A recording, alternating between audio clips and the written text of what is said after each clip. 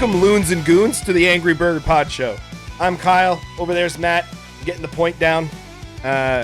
It's been a week of stuff, and we're gonna talk about more of it. So, hey Matt, how you doing? Hey Kyle, I'm good. Hey. I never know what to say after you ask me how I am. I never know where to go from that either. I hope that you're gonna take the lead. So apparently, we're both just fumbling in the dark. Yeah, but like fine. it's transparency, right? Yeah, we don't know what we're talking about until we start talking about it. This is real. Like I have so many ideas in my head, and then it's like time to record, and it's just like gone. You know, like The Simpsons, where he has like the symbols, and then That's the what's going on in your head. Yeah, yeah, yeah. I get that. But yeah, it's been a week. It's been a week. Yeah, for you too. So yeah. I had a couple. I'm glad it's over. Yeah, I had a couple of good things happen this week. So Okay. I am. Start with that. Yeah, we can start with that. I'm now officially an uncle, which is really cool. Oh. Congratulations. Everyone keeps telling me congratulations, and I'm like, I really didn't do much in this Then process. why you tell them? But it's almost like you've acquired the title. Yeah. Oh, that's fair. Yeah. Is there a ceremony that I missed? Like, do I have to go get a certificate? No, I think you just earn it. Wait. The only thing you can do now is lose it. Oh, okay. A certificate of authenticity. Is that the episode title? I hope not. I think I can do better than that. Yeah, no doubt. That's the backup one. I think you get it automatically. It's like how the point system used to be in Ontario for demerit points, where you had 15 or whatever and you'd lose them, but now you acquire them. So you've acquired the card. The only thing you can do now is kind of be a POS and lose it. Okay. I'm going to attempt to not do that. So Good. Everyone cheer for me. I've already told my sister-in-law that my only goal with this is to be the sole influence of this child's musical taste. So I'm turning this kid into a metalhead, and I don't care what my pop listening to sister-in-law thinks about it. So we'll see how that turns out. That you'd have to like be around a lot to have that influence. Because like my kids, even my son, like driving around with my wife more, I would think, is like into the same music my daughter and my wife is. Okay. Just by proximity, I suppose. Did all of them go to the Katy Perry concert? No, but Harry was a little disappointed that they didn't go. Yeah. For some reason, Katy Perry is one of the pop singers that I don't mind. Okay. Now, can you attribute that to visual aid? Sure. That's all you need sometimes. Yeah, but like I do kind of like her voice. I don't tend to like higher like female type voices. She's kind of mid, and she's got a little rasp, which I don't mind. So the song "Roar" does slap. You know what I mean? Like when the kids put it on, I'm like, okay, this is kind of catchy. Not gonna lie, I'm a big Hot and Cold fan. Like it's fine. I'll just rip that stereo cranked all the way up, windows down. I don't know if we've mentioned this before, but I think my biggest guilty pleasure song that I've just decided to stop being embarrassed about it is Lady Marmalade. Again, is that like a more visual? Like, were you attached to the music video? Because like, no, actually. Okay. But that doesn't take anything away from the song. It's quite the music video. It is for its time. For its time, you're like, Jesus Christ. I really like Pink. Her voice is awesome. And I think Christina Aguilera has one of the best voices of all time. I was going to say one of the voices of all time, but you've made my wife happy, even though she'll never probably listen to this podcast. Just have her listen to the first part. That's her favorite. So there you go. Oh, Christina? Well, yeah. Good. Yeah. It's nice to share. Specifically in like the dirty era, which I'm just like, oh yeah. Why did I never experience that? The dirty era? I can't help you with that. Me. I don't know. Yeah. No, yeah, I like her voice a lot, and that song is just got that snap and that funk. Yeah. It's just good. That 90s, it's early 2000 attitude, you know? Oh yeah. I saw a video today of a wedding where the wedding singer was this woman, and she was playing Duality by Slipknot, but like in an acoustic version. And like there was like a camera facing the crowd, and like people were just like eating, and they kind of like perked up and looked, and they're like, I push my fingers into my eye. And it was so like chill, but it was sick. And I was like, I want to go back to my wedding to do that. Because it would have been sick. Yeah. I was Yeah, never even... I like when people put a spin like that on a song that kind of changes it Mhm. altogether, but you realize like, oh, there's more to this. That's why Yeah. I like it. It's not just on like the metal level. Like it is just obviously written well. Mhm. Yeah. My wife and I have opinions about cover songs where we don't like when a cover Oh, song... you're buzzing. Oh, did I buzz? How about Yeah, you're good. gone? Yeah, I All right, bumped the cable. I got you. I got you, listeners. You don't want to be listening to that for too long. My wife and I have a thing about covers where we don't want the cover to sound like the band that did it originally. It's just if it's just another band doing it. We want that band to put their spin on it and like change it into something else. So there was a band, you probably know it. It's something, a wolf or a dog or I don't know. Steppenwolf? No, the zombie song by the Cranberries. Oh, Remember a okay, couple yeah. years? Yeah. You know the band who did a remake of it, a harder remake? I don't. Maybe I do, but not It immediately. sounds like the Cranberries version, just harder. So I'm just wondering if that would be an example. I guess you'll have to listen and I'll get and back to you. tune back in. Yeah. Yeah, you come back next week to know if Kyle appreciates that zombie cover. Kyle's Music Corner. Kyle's music. All right, that would totally be a sick segment. Like I could Well, totally I'll sit fill that. back and listen. I'll sit back and listen. All right. Now we're We'll coming up think with about that. ideas, On the fly. changing the intro, and we're adding segments. Look out, everybody! Next week I might not even be here. You leaving? Don't leave. Well, I don't know. I might be getting kicked out. I don't know. We're doing a lot of changing lately. Oh, that's true. Fair enough. Yeah. Second You never cool know. thing.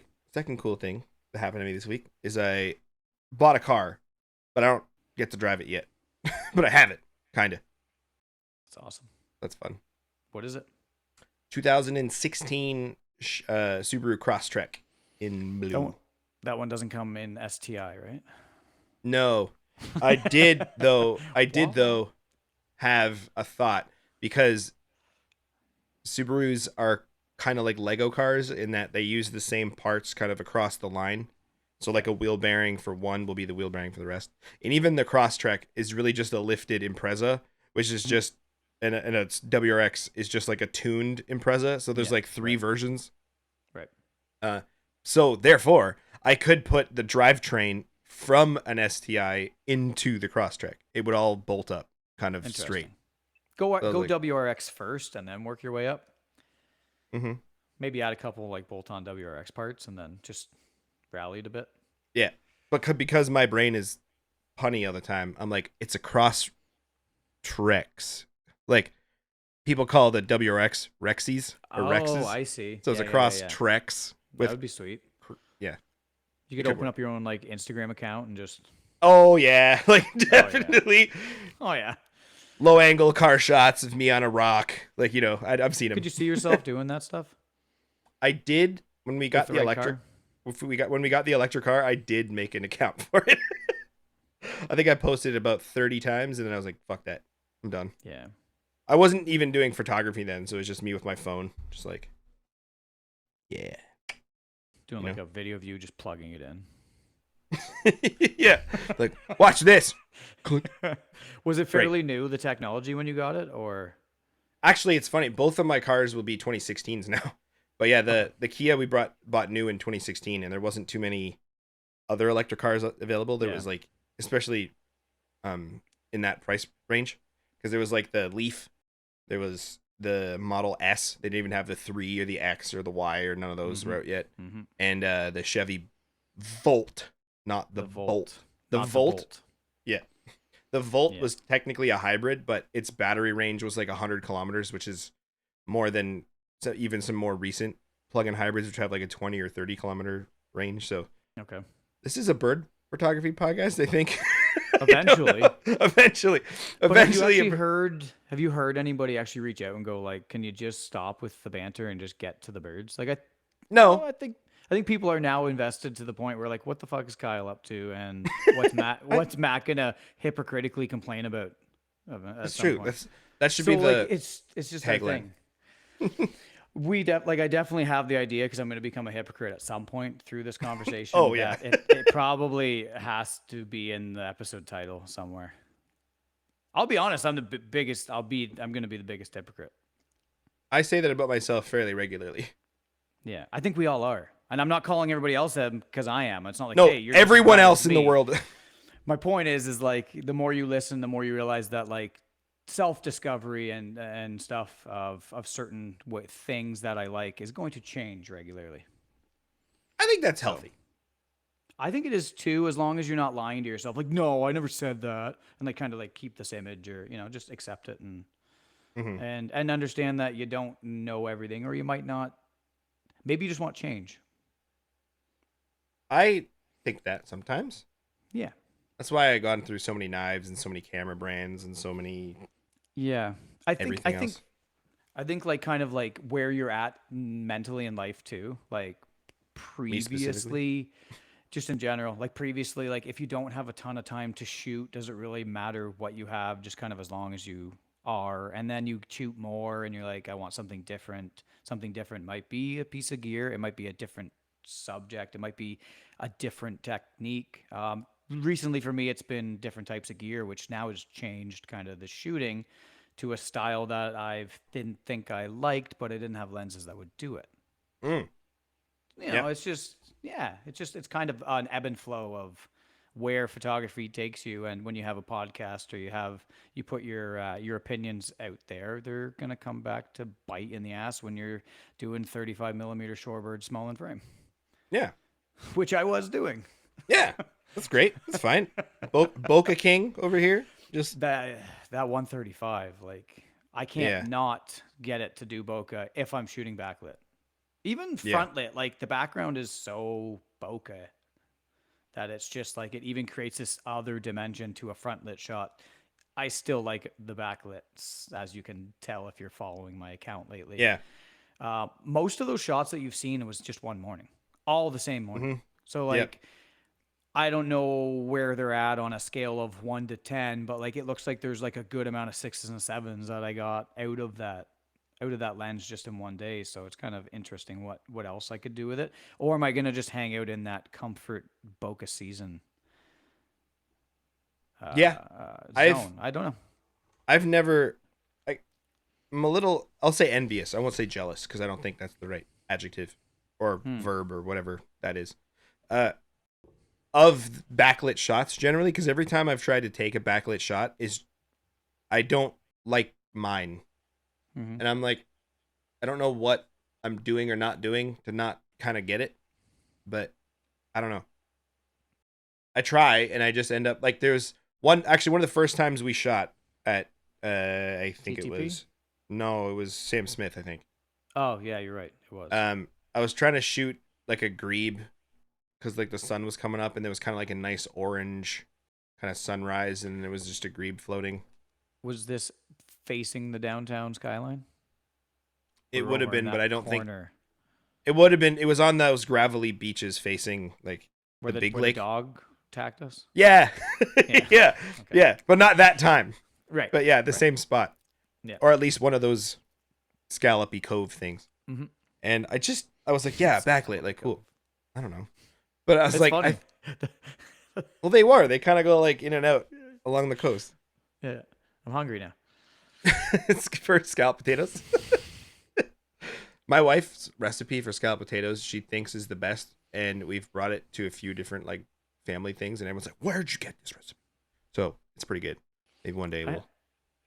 Well, are you guys interested? This is a tangent. Are I you know. guys I interested? stopped talking about something and then went into mashed potato Are you or scalloped interested in potatoes. potato salad? I love a potato salad. I make a mean potato salad, and I love scallops. So we're gonna have to have a meetup have- and do have a a potato off. trade-off. Yeah. Anyway, continue with your Potato story, but trade-off would be a cool name for the episode. I might take that. I'm even gonna write that one down. Go Potato back to trade. go back to Scallop Bay if you can. Yeah. Oh, actually, before you do that, one more tangent. I'm opening this. Oh, good idea. I was thinking about when we could fit that in. I'm glistening again because my Already? wood stove. Well, my wood stove's on and it's right in front of me, and You're not that much further north than me, are you? You're already burning wood. It was a little. I'm in shorts. It was a little cold. Well, it's gas. It's natural gas freestanding stove, but it looks like a wood stove. Fuck, we're on a tangent today.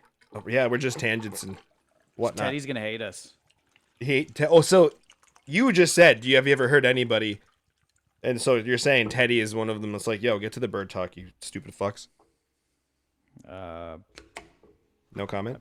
Plead the fifth. I don't even remember. Oh, I was just saying I took the shot of this grebe and it looks like a silhouette, but like bad. Not even bad. It's just boring. Like it's just a duck floating on the water, but the duck is black and everything else is orange. And I was like, that worked so much better in my head for some reason.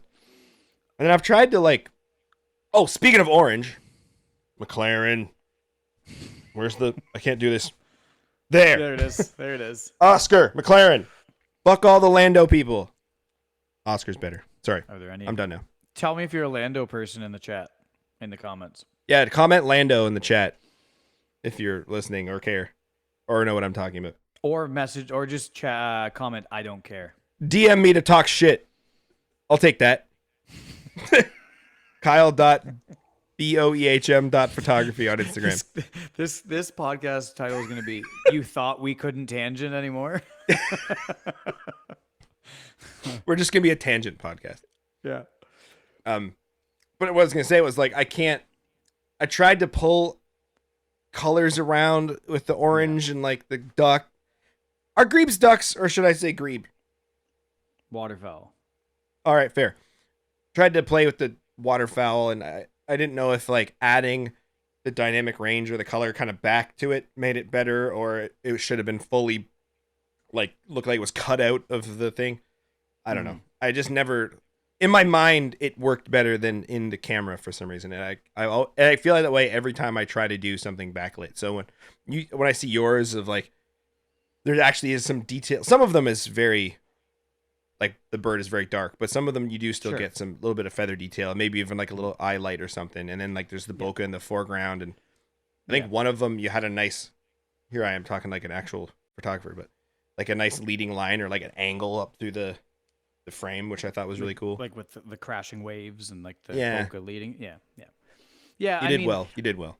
Thank you. I think the closer you are to your subject in that situation is where you might be able to pull shadows and show a little detail, whereas where it is maybe smaller in frame or medium in frame, like don't even attempt that because it's just going to be a modeled mess if you do try to bring back some of that dynamic range. Kind of like your proximity dictates what you can do. Mm-hmm. And like with 135, like, close you have to be to get frame filling. Like they're literally 3.5 feet from the front element. Like, well, when we were there last year, probably about this time, I think at TTP. Yeah, it came up on my last year at this time, and this was the 5th or 6th of September, right around. Okay, is that what it was? Mm-hmm. That was me, you, Teddy, and Will. Yep. Yeah, that's my R8 broke. This one. Don't do it again. Remember the switch broke? Yeah. They're listening. The gods. Oh, I get bad juju. The gods that stuff's gonna break. Yeah. It's okay because I have a new camera. Another tangent. Oh shit! Does that lens come off? It does not come off. It does not. It's firmly welded on right here. Wow.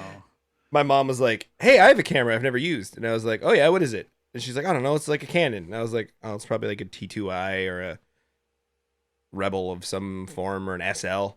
She pulled out this little wiener, and I was like, "What the hell's that?" It's in case anyone's wondering, it's a Canon PowerShot SX500 IS. It's very tiny and very light. The zoom on it says it's from 4.3 millimeters to 129 millimeters, which I did some calculation based on the size of the sensor, which is like 1 2/3 or some shit. I don't even know how to pronounce whatever the sensor size is, but it's equivalent to about 560 millimeters at its furthest out, which is not bad. Okay. That's not, yeah. But then its f-stop at that same distance is f26.1. Eat that 800 f11. Right? I'm like, is the bird on the sun? Because then I might be able to get a picture of it. Yeah. So I initially took it not took it from her. I was like, give me that, Mom. And I ran away. No, she gave it to me. And I was like, yeah, I can sell that for you maybe. But now I'm kind of thinking like I might do some comparison shots or like a video comparing like, is 600 millimeters 600 millimeters? Like, sure. But I can set my 2 to 8 at 6 and take a picture of some cooperative subject and kind of show people like what sensor size gets you, what proximity gets you, how f-stop relates to not only depth of field but sun and light and stuff. So I'm gonna do some stuff with it. I'm not sure what yet, but right. Yeah, sure. Why not? Yeah, it's just getting around to actually doing it. Like we have all these great ideas. Yeah, like it's like the execution is just like at an all-time low. Yeah, great band. I have faith. I have faith you'll pull something through. Oh, thank you. But at f/26, it might be a really good like environmental camera because like everything's in focus always. I was gonna say, if you was gonna say everything was sharp, I was gonna disagree with you because like I've taken some shots at ISO 400 and I'm still like, ew, like there's so much grain. But we'll see what I can do. ISO 400 on a sensor size that small is probably like ISO 5000 on a crop or something. You know what I mean? It looks like you've cropped, which is kind of what you're doing, cropping into like a really grainy picture. Yeah, a tiny spot. Yeah. I wonder what like the pixel density in that thing would be, because what's 16 the resolution? Oh, so it's 16. 16 megapixels, I think. Okay. It says it in here somewhere. It's dark in here. I can't read it. I think it's 16. But like it's like if this frame I'm in is a full frame, this sensor's like this big. Yeah. Like that's crazy. It's real tiny. I was looking up some be able like to get your whole mic in there. Oh wait, what are you talking about? In there, definitely. Something you don't know about Kyle. So I don't know. I was gonna try to I was gonna tangent off that, but I've given up. There's something you don't know about Kyle and Mike. You heard it here first. Oh shit. This Mike or your friend? Rain. Oh, you have to drink. Rain said we're gonna do a drinking game. Not us, the listeners. And anytime they hear the name Mike or Rain or Kareem, they drink. Oh, anybody from the WhatsApp group? Yeah, I think they were saying like keep my name out your mouth. I think that's what they were saying. But I'm still gonna drop their names, and they better be drinking. Well, fucking Rain's in National Geographic and throwing that all over Instagram, so fuck that guy. But actually, congratulations, and I'm very jealous. What are you gonna do about it, Rain? But he also did a reel about his friends with the 200-800, and I have one, so I want to be part of the group. I want to be the fourth member. Yeah, we let him. We can all touch tips. And you didn't even get an invite. Yeah, what the hell? See, that's why I won't buy a 200-800. The guys that have it are kind of dicks. Like, you don't want to be affiliated with them. Not only are your photos like the backgrounds are much more in focus than mine are, like they're dicks too. Mr. Big Dick over here with his f1.8 or f2 or f tiny dick, big aperture. She's wide. She's not very long, but man, she's wide. Hot dog down hallway. Yeah. Isn't that's a different. Yeah. But she's wide, but you're. Okay. Yeah. I fucked that up. It's okay. Got my pronouns all mixed up. It was almost the episode title, but we fucked it up. Hot dog down hallway. That could be it. Wait, what was the one I already wrote down? I like that one for potato trade-off. Honestly, if we're not good at conversating, we're good at coming up with names. It's true. We can definitely do that. Yeah. I kind of want to get back to the just editing backlit stuff because like I clearly can take some lessons from you. So like, how do you go about shooting something? Like, what are you looking for when you're shooting a backlit something? Shorebird, because it's that time of year. Okay. It depends. If you're not including anything that's like bokeh and stuff like that, and you're just going for a silhouette, you want to try to isolate the bird to some degree. You don't want it like mixed in with rocks or mixed in with something as tall as it that it just kind of competes with it. You want it to be the subject. I think I have one of a semi-palmated sandpiper. That's a No, tough one. least, and it's all The by its. same. It's They're all not. yeah, basically. It's all by itself, and it's kind of just standing on this mound. Hmm. And I think it isolates it nicely, whereas you can lose it if it's amongst all the other dark shadows. Yep. Um, the spot I you went super bright there for a second. I know. I had an This idea. Anyway, keep the going. spot I shoot at down at the lake on Lake Ontario. It's interestingly enough, the beach is made up of all these little pebbles. It's not actually granules of sand. Like they're Yep. tiny, tiny little rocks. So when they get washed over, that's where I'm getting that recreation of that bokeh and so much of it. So in that specific location, all I'm doing is just moving myself lower and higher in perspective to where my subject is to see where I get the most dramatic bokeh. Okay. Sometimes I don't, if the scene is too busy, I don't want a ton of small bokeh. I'll get down lower so the bokeh gets longer. Because now you're Long. Okay. kind of like the moon does at the horizon because of cutting through all the atmosphere. It actually like elongates and kind of makes Okay. it look larger. It's kind Okay. of the Okay. Okay. similar thing because Teddy, the world isn't flat. And then when things are round, oh, we had a conversation and Teddy said the world was flat. I was like, wait. Hold on. Why, Teddy, why do you think that lenses aren't flat? Teddy's a flat earther. No, he's. I don't think he is, but he was asking some questions and just asking for my response. So I just we had a good conversation while we were out there walking around. Okay. Teddy doesn't live in his van. He's not a flat earther. These are not the words that I've said. All right. Sure. You sound so convincing. Yeah. Whatever. He can come on and defend himself. He should. But yeah. So anyway, you can trick bokeh that way.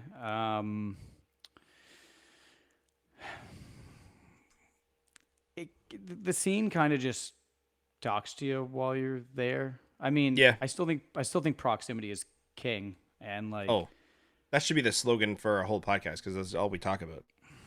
it You gotta is. get close. And like, I always thought like I couldn't do 400, and I needed the 600, and that's kind of why the Sigma thing is. And this is specifically for shorebirds because I understand like 135 is not going to work for everything. But If you get a 135 Kingfisher, I'm leaving this podcast. that's the goal. When that happens, the podcast is done. Yeah. We're gonna shut it down. Just that's the last episode. Yeah. But if you shoot 35, mind you, Mhm. when you switch back to 135, it feels like 600. It's all mindset. And just and it's all relative. Like you get used to shooting one thing, get used to seeing one thing, and then switch to something else, and you're like, oh yeah, it's fine. Because like I shot on a crop sensor, the 300 f4 on the 80D ATD, and like it felt long at the time, and now I have 800 on a full frame, and I'm still like this is short sometimes. So like you're always gonna think something is too long or too short, or like usually too short. Like I can't get close enough. But even when you get a longer lens, you still can't get close enough.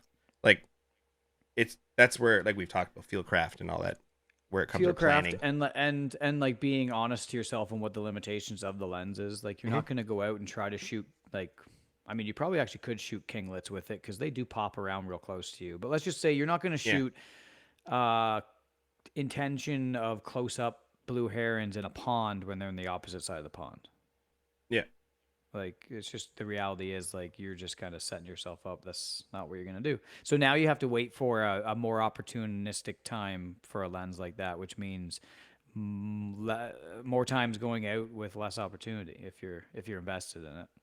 I kind of now want to see a 35 kinglet shot, but like that you can tell that there's a kinglet in it because you could take a picture of a bush and be like, yeah, look, kinglets. Yeah, really. I bet there's somewhere where they're like comfortable enough that they do pop out and you could definitely set something up. There's always a location where there's like a species that is cooperative. Yeah. I really do think that's the case. And I always call that cheat mode, especially with, yeah, I think I've mentioned it before, the wood duck at High Park. Yeah. Like every other wood duck in the world takes off when it smells people. That one's like, yo, you got any bread? Same with Mud Lake, like out Marks Way in Ottawa. Like it's one that people know. Oh, is there one there? The woodies are, yeah, they come right up. Mark said that he got out of the parking lot one day to go shoot there, and before he even got to the pond, the group of ducks had come out the pond and met him in the parking lot. Like, hey man. Yeah, he's like, this is okay, and then he just walked back, and I guess they followed him back, and he got That's some great hilarious. shots. And like wood ducks are there, like, so there's locations. I think Yeah, that's Botanical cool. Gardens in Burlington or something like Yep, that. I've seen one from there. Yeah, Yeah, and like I I like having 800, but I've of kind of been course. thinking that I should try. I think what's funny is like I'll talk about versatility with a zoom. Like, oh, you have all this versatility, and then what do I do? I get to somewhere, I'm like, thunk, put it at 800, and then just like take pictures of stuff. But then I also will talk about how I like a 400 field of view and like stuff like that. But I never Yeah, attempt to use that lens that is other yeah. increments. You probably use your feet and your eyes more than you think you do when it comes to composing. Whereas you're kind of following or chasing, lack of better terms, you're not actually doing it, Hmm. but following a bird at 800 rather than like zooming out or seeing what else is different or trying to get closer and go further. You know what I mean? Like Yep. you're almost chasing that 800 because that's like you said, the most that you have. Hmm. That's the most opportunistic out of all of the focal lengths, and everything else other than that is when I get closer into proximity. Yeah. So you always start at that longest end. Yeah. Yeah. But I should So I do. almost. I just see that. I wonder if I should start the other way and like set it. Maybe not set it, but like don't crank it all the way out. Do like a 4 to 6, Mm-hmm. and then like take a bunch of shots at that, and then zoom in for a little Right. bit more like portraity thing. Like don't I start was there. I listening don't to know. another podcast, and there was two hosts, How dare you? similar to ours. That's all I do is listen to podcasts. Yeah, And I one get it. host said he starts with his 600, works his way in, and then when he like gets to that point, that's maybe when he'll shoot something wide. Okay. Whereas the other host said, I start with my 7,200. This is, let's just say, Rocky Mountain elk in a mountain scene. Like he's gonna start wide and then get his shots and then go in for the more detailed. So like two different approaches, potentially same outcome. What's right, what's wrong? Well, I don't know. It's just I guess what you're mentally, comfortable with or what feels the most comfortable.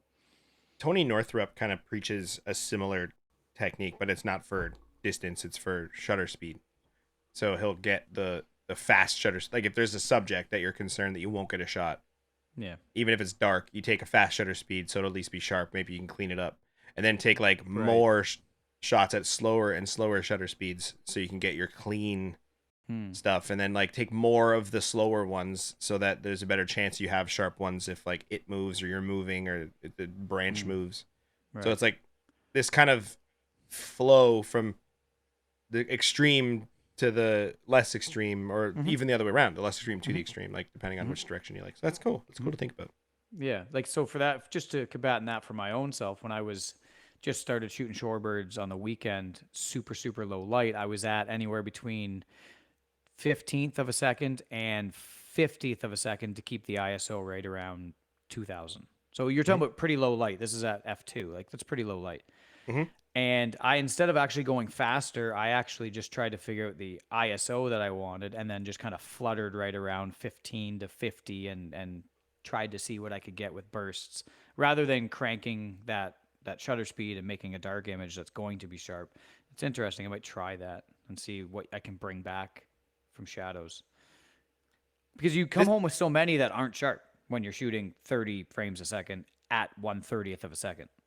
A yeah, shorebird's bopping around, moving. Certainly, this was a sanderling. They don't really stop moving.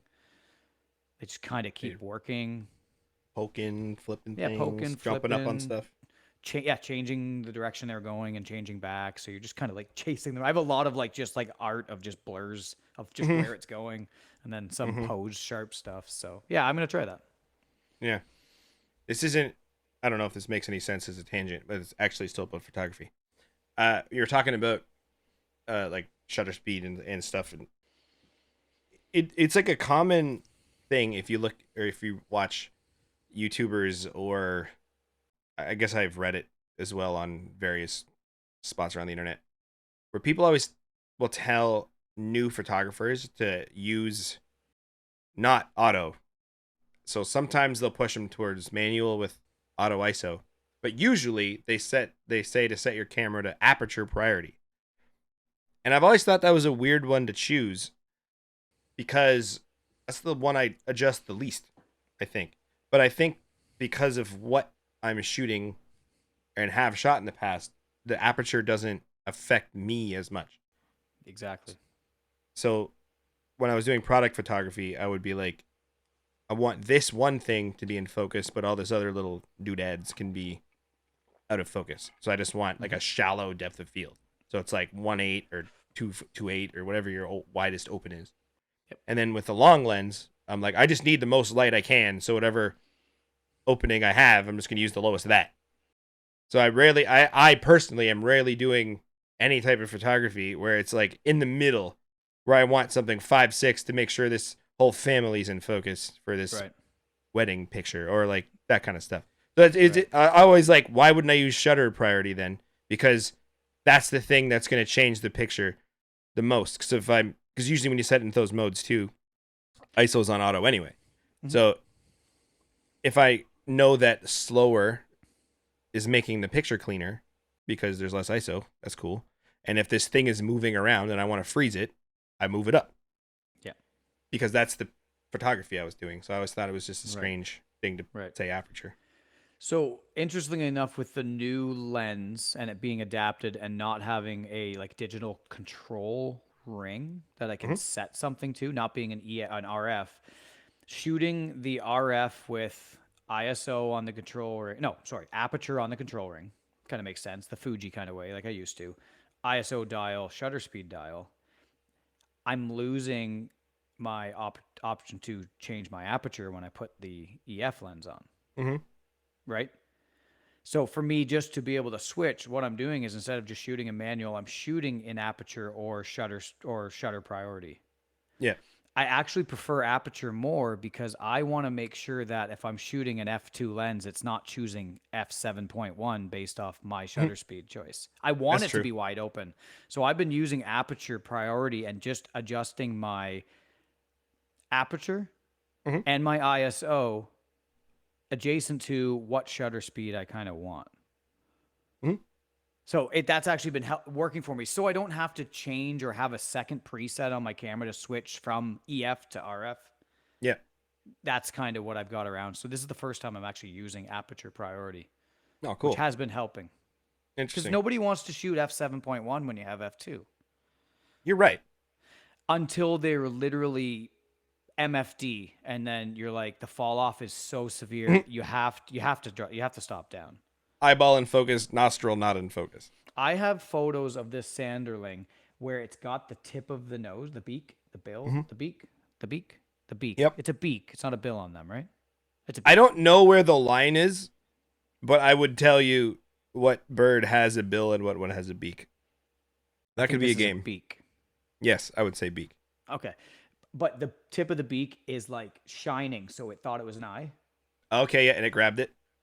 And the face is so blurry. That's how close I was to it. And I'm like, this is such an interesting photo, like missed focus, but I just don't think I can intentionally use it because that's not what I was planning for. Yeah. So I don't know if it's something I can get behind to go, this is art. I didn't intend to do it. It's just so shallow. Just put it in one of the thirds and then it'll be art. Yeah. Throw it in a carousel. Oh, there you go. A story. It's a story. Just throw it in there and just go, hey, this is my day. Of stuff that's not even Sanderlings. It's like family, a building, the tip of a beak, and then just like something else. It's an interesting look, though, because I always used to complain about super fall off because that's not what I was used to seeing. I didn't like seeing like the eye and then the top of the scone up here is just like faded right out to this bokeh mess in the background to the tail feathers. And I'm like, I want to see more of the bird because that's what I was seeing out of my photos. So seeing anything different was like, I'm just not accustomed to it. Yep. On a regular basis. So I think you cater what you want to look at based off what you're getting out of. You'll often see the guys with the big 600 f4s shooting them at 5.6 just because the thing is close enough that they want the whole bird or whatever, especially for bird on a stick. Because Bird on a stick, yeah. you want the bird and the stick usually in focus. You might have to have a thicker focus than if you're, I don't know, shooting something different. Mm-hmm. Yeah. Yeah. It's been interesting. It's been interesting. Yeah, I didn't know that. I didn't know that you were messing with aperture. I don't. I always use manual with auto ISO, and I have nothing set to the control ring because of fidgeting. So I'll just like play with the control ring. So if there was a setting on it, like it would just be out of whack by the time I got to the next spot where I was. Okay, so you can set it two different ways. You can set it with, you have to hold an autofocus, like a metering mode, to spin it, or you can have it do nothing if you're not touching that button. Yeah. So you could spin it all you want, and it wouldn't actually change your settings until you're pushing a focus button, and so that might help the fidgeting actually changing a setting on you. Well, the problem is now the 2-8 doesn't have the indexed control ring because the control ring is also the manual focus ring. So you choose manual focus. Or sorry, on yeah, the manual. Switch. Yeah. You or put control. The switch in this. You put it in the center so you can use the ring, the control ring. Yeah, I can't right here, but I'm not going to pull it out. But I can't remember what the switch. It's like a 3 position, and one is like. You know what?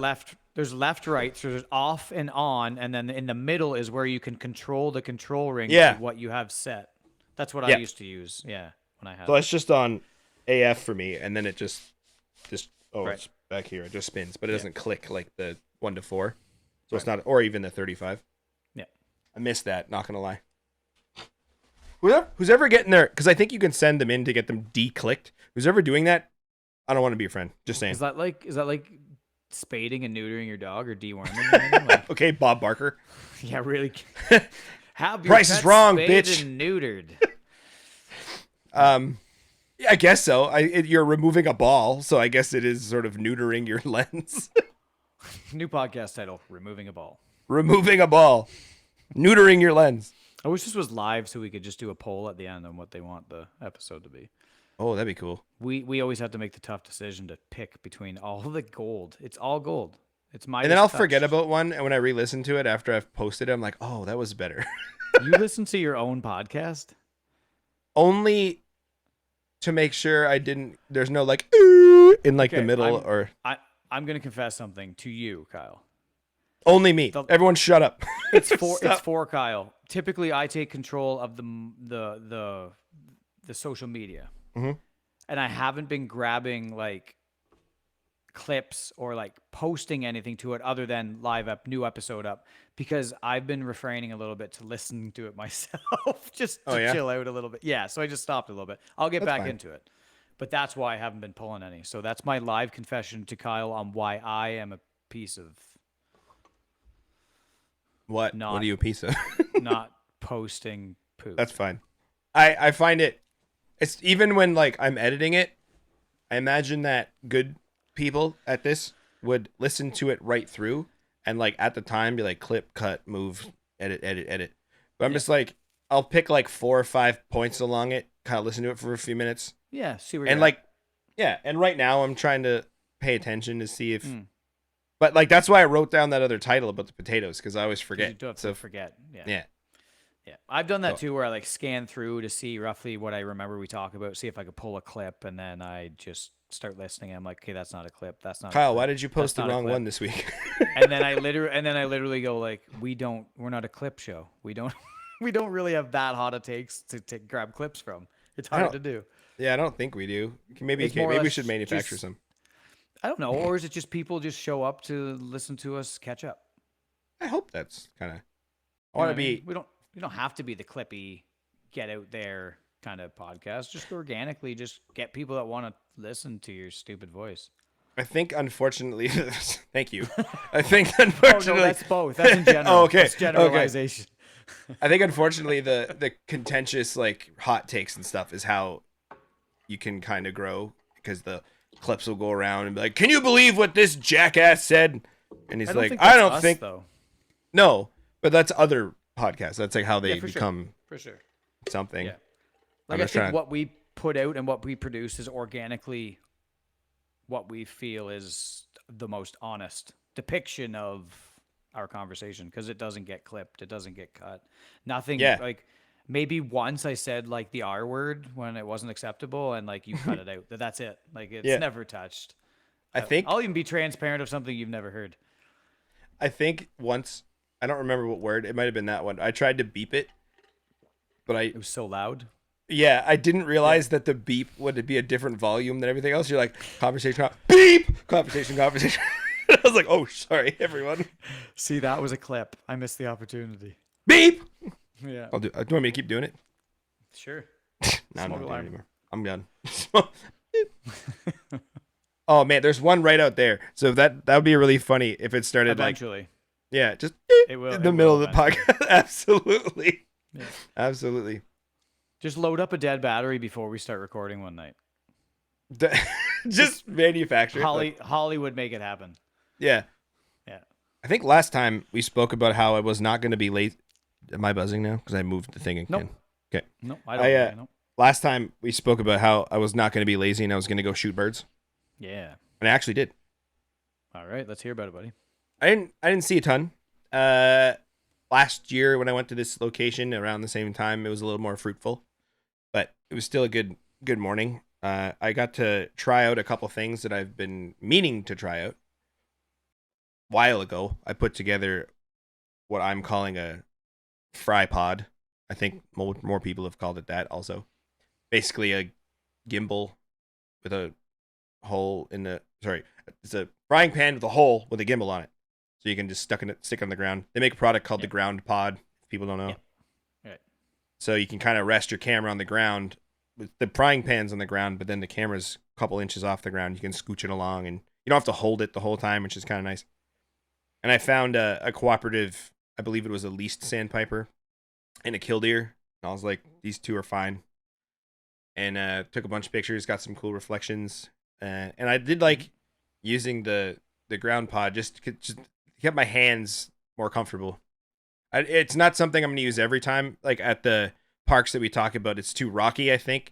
And then the metal of the pan clangs against Scraping stuff. and yeah. And then sometimes the rocks are just too big and like where you want to put it, it just can't sit Mm-hmm. on the ground. So it's not perfect. But on a mud flat, it's perfect. Or like a beach. Like if you've seen any of Dwayne Patton's videos, he uses it in like the specific kind of gradual mud bank. Yeah, that's perfect. And I had a yoga mat that I bought that I put down Yes. to post up on, and that was fine. I don't think it was. It might be better in the winter for as a little bit of insulation, maybe, but it was fine. I didn't necessarily find laying on the ground too uncomfortable for the most part. As long as it's not too wet, because sometimes that mud Yeah. can be saturated. But as long as it's dry enough, you're not really gonna get too uncomfortable. But yeah, it was okay. I probably won't bring it with me most of the time, but if those two things are kind of application specific. Mm-hmm. If I'm not sure what I'm going to encounter, I don't want to carry them around with me in case I need them. But if I'm going somewhere where I know I'm going to be laying down exclusively on a flat, like mud or snow or something, I might bring them. It's good to have with you just in case. Better to like not have it and not need it. Yeah, in a situation like that. Yeah. I did see something I've never seen before, and it was cool. It was cool, but I wish I was closer.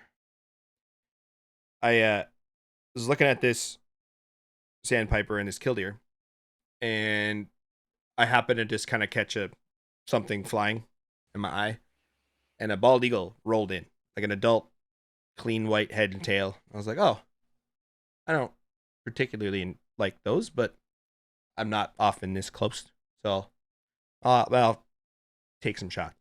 And he or she landed in this faraway tree. I took some shitty shots of it to be like, look, I saw a bald eagle. And then it took off and started circling this pond I was at. So I was like, oh, maybe it's hunting. I've never seen a bald eagle catch a fish before. And then there was another one. So I was like, okay, this is clearly a pair. And they were doing their shitty chirps at each other.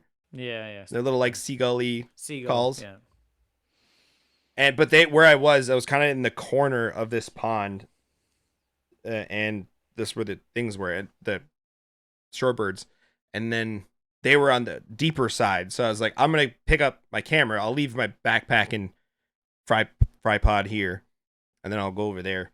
As I'm walking, I literally just unhooked it from the gimbal. I turn around and I see it come down low, and I watch it. I'm like, is it gonna get something? Because usually, like, an osprey may take a couple of swings, or like hover, then dip down and come up, or like a turn will like hover, come down and up, and then move and hover down. So I was expecting like a couple goes at it or whatever, but no. This bald eagle comes down and just picks up a carp out of this pond, like 970 miles away from me. I was like, what the hell? Like, I could have been a lot closer. Like, if I was kind of where I posted up in the morning, I would have been a lot closer when it did that, but I had moved because there was nothing over there. It was a lesser yellow legs that I played with for 10 minutes. But I got some shots of like stupid far away of just this bald eagle carrying the fish away, which was really cool. But I never. What was the carp like on the water dead, or you don't know? It was so far away. I don't know, but there was carp coming up all morning. Like, even where I was, like, they were rolling. Like, I could hear them splash around. Yeah, because a lot of times I see them pick up like dead fish or something that's just kind of been left, or not routinely. Certainly, the lakes that I see, like diving and looking for them, it's more like opportunistic. If like an osprey has one, why you don't like them. Yep. So it's kind of cool when you see them actually catch something live for themselves, because they're, like you said, kind of babies when it comes to that. Certainly around our areas. And there was an osprey that actually, like, so the two eagles flew back over, there's like a little bush behind, by bush I mean like a bunch of trees, not a bush. Behind, kind of, actually it's towards where I was posted up when I first saw the bald eagle. So it flew over that way, and then I heard another lame chirp, and I saw a bald eagle, an osprey flying around. And the osprey was kind of taken off after the bald eagles for once. And I was like, yeah, fight back. get back at the bullies. They're starting to learn their strength. Yeah. I was wondering if it was just upset that it fished in its pond, like, or if it was, maybe I can't imagine it, but like, I would not think that an osprey would pester a bald eagle for its fish, but I could imagine it would be like, hey, get out of my house. Yeah, just stay off my property. Get off my lawn. Get off my lawn. You remember the show Corner Gas? Yeah. Didn't really watch it, but of course I know about it. One of the best episodes of TV for puns. There was a restaurant in the town that was called the Ruby Cafe, and the F fell off or was stolen. And then the whole episode was just stuff about this F. And the dad, his name was Oscar, and he comes out of his house. He's like, "Hey, get the F off my lawn!" And there's just like two kids standing there with the F, and they're like, "Oh," and they like leave.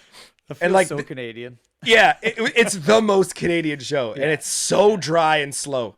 But if you can stand it, there's some gems in there. Like, it's really funny. I've tried that. Brett Butt, isn't that his name? Brent Butt. He's a pretty funny guy. It's certainly dry humor. I like dry humor with like more crudeness, like Trailer Park Boys. But I can definitely see how it'd be a pretty funny show. Yeah. But yeah, get the F off my lawn, and they're like, "Get the F out of here!"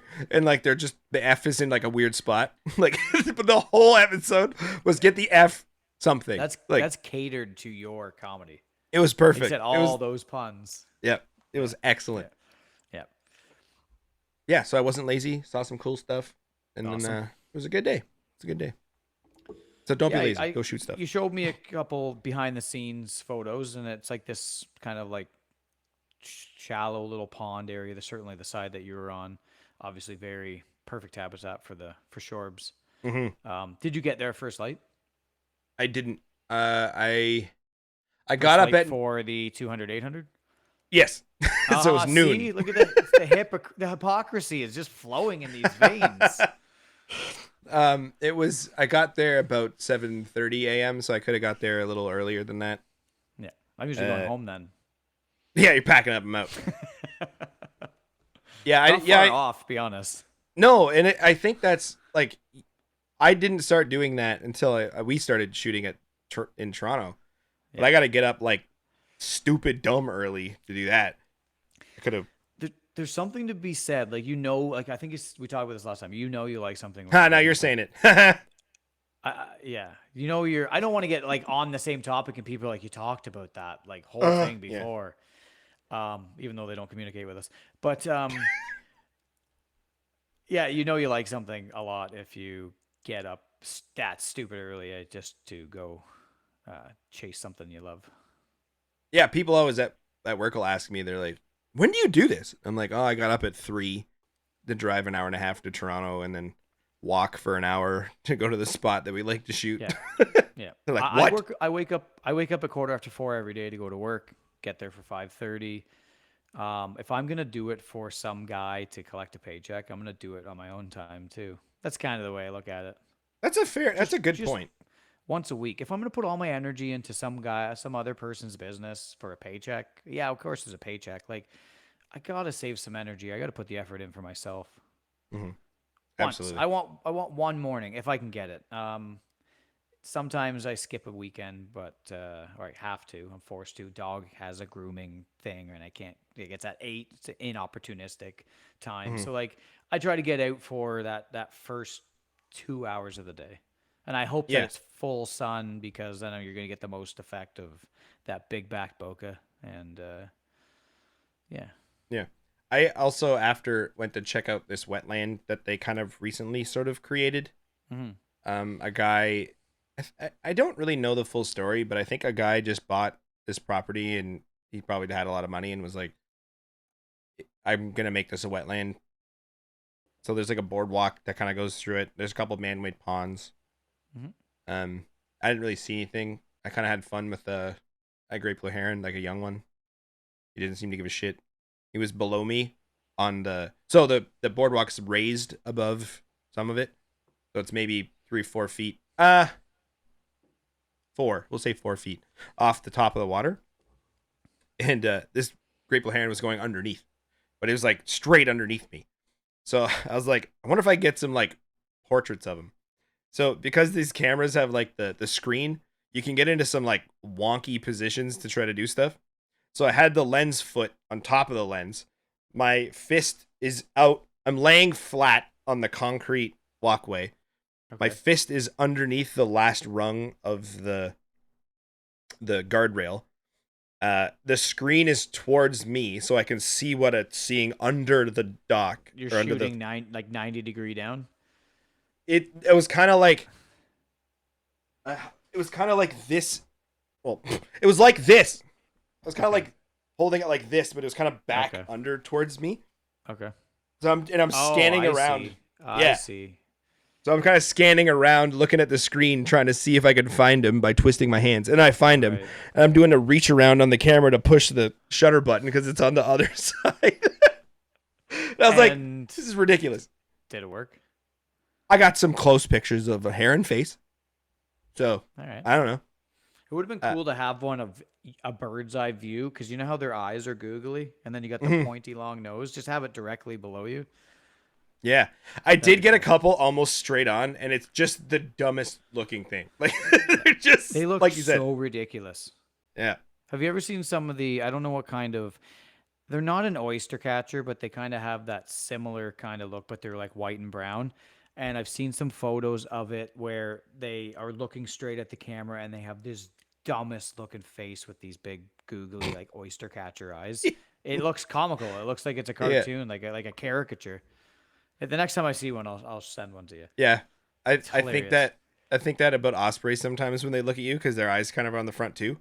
They have this Yeah, like they look at you like hi, they and you're they are like pretty goofy, but at least yeah, they are predators, so they have the front facing kind of eyes that at least they're not like look really really wide and crazy. hmm they're like this, and it's all yellow, and you're like Yeah, what?